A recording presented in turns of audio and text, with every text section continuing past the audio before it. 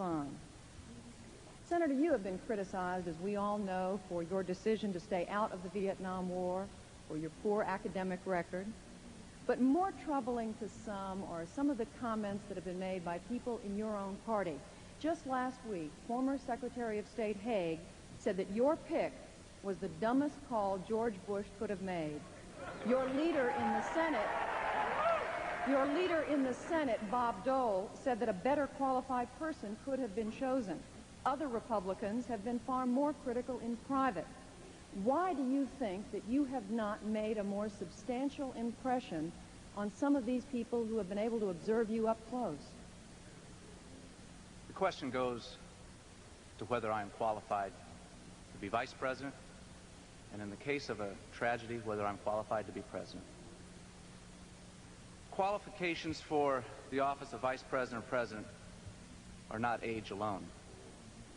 You must look at accomplishments, and you must look at experience. I have more experience than others that have sought the office of vice president. Now let's look at qualifications, and let's look at the three biggest issues that are going to be confronting America in the next presidency.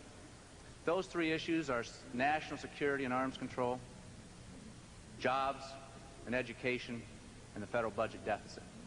On each one of those issues, I have more experience than does the governor of Massachusetts. In national security and arms control, you have to understand the relationship between a ballistic missile, a warhead, what throw weight, what megatonnage is.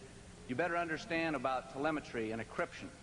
And you better understand that you have to negotiate from a position of strength. These are important issues because we want to have more arms control and arms reductions. In the area of jobs and education, I wrote the Job Training Partnership Act, a bipartisan bill, a bill that has trained and employed over 3 million economically disadvantaged youth and adults in this country.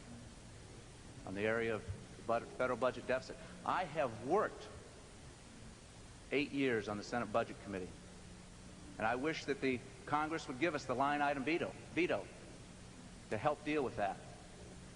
And if qualifications alone are going to be the issue in this campaign, George Bush has more qualifications than Michael Dukakis and Lloyd Bentsen combined.